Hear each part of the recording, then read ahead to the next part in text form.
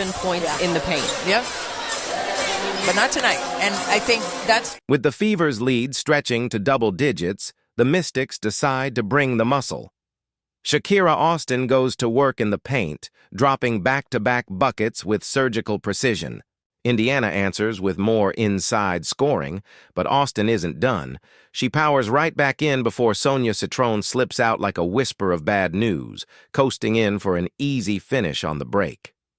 Citron's coast-to-coast layup trims the Fevers, lead to just 2. But just as momentum shifts, the Lady KD floats through the haze and gently drops in a soft touch bucket to keep Indiana in control. Then, as the clock winds down on the first quarter, Kelsey Mitchell dials it up and delivers a perfect dish to DB, who launches a high-arcing rainbow 3 to cap off the frame in style. Women's basketball up there with Kelsey Plum. Both. John Travolta would be proud of that pivot. Once, twice, 3 times. And sure enough, Coach White is already hopping mad, signaling the obvious travel like a jackrabbit.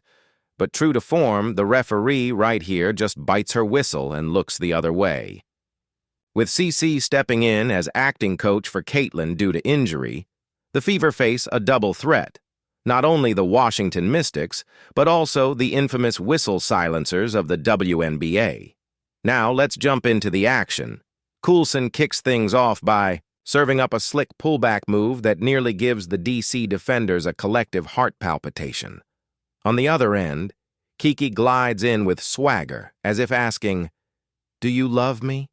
while rolling out the red carpet and finishing with a smooth left-handed layup.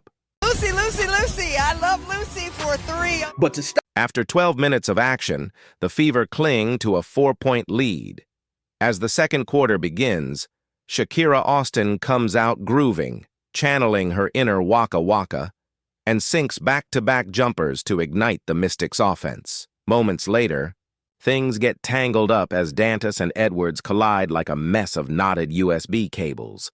But before the dust settles, Kelsey Mitchell kicks into high gear, ignites the afterburners, absorbs the contact, and still manages to finish strong with the bump and the bucket. Defense by Washington. Jade Melvin. Oh, I thought she got pushed off. With the Fever stretching their lead to 5, the Mystics' scoring machine Brittany Sykes answers in style.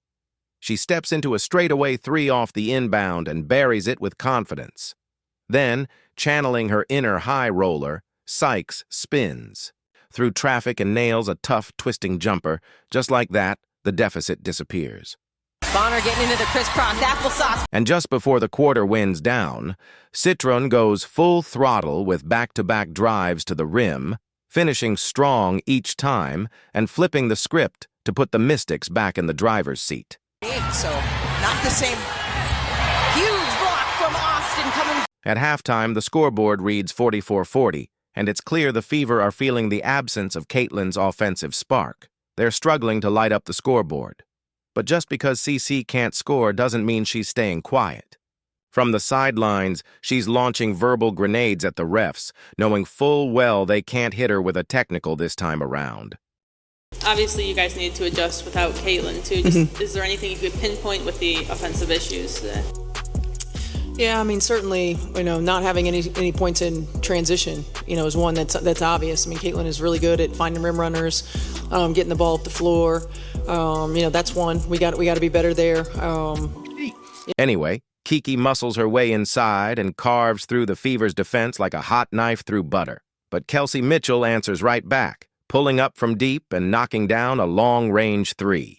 Moments later, Dolson bulldozes through. Lexi clearing her out with a hard offensive foul that leaves no questions asked. I think with and without her, it's a new system, a lot of new players. We can keep saying that, but at some point we have to turn the page, right? We gotta be able to slow down, to click, to see the mismatches, and so I think this was a kind of gut punch for us.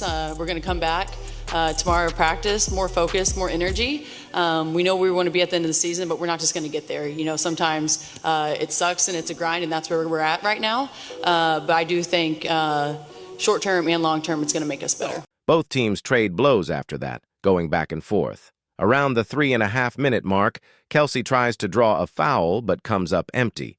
opening the door for the opponents to respond with back-to-back triples on the other end. Yeah, I think any rookie coming into this league, you all kind of experience the same thing. You're moving to a new city, you're meeting new people, have new teammates, have new coaches. You're trying to figure out how the WNBA works. So I think it's all just really new. Like, you're starting to just a very new chapter of your life, and you're trying to get your feet under you. So I don't know. I think going into year 2, that's kind of the biggest thing for me. Is just I feel like I have experience in this league. I know what to expect. I know how training camp works. Even though we have a new coach and I have a lot of new teammates, like, just having that experience of how things operate, I think, has provided me with a lot of confidence. To stop the bleeding, Lexi channels her inner Kobe, creating just enough space to drain a tough fall-away jumper with a defender's hand right in her face.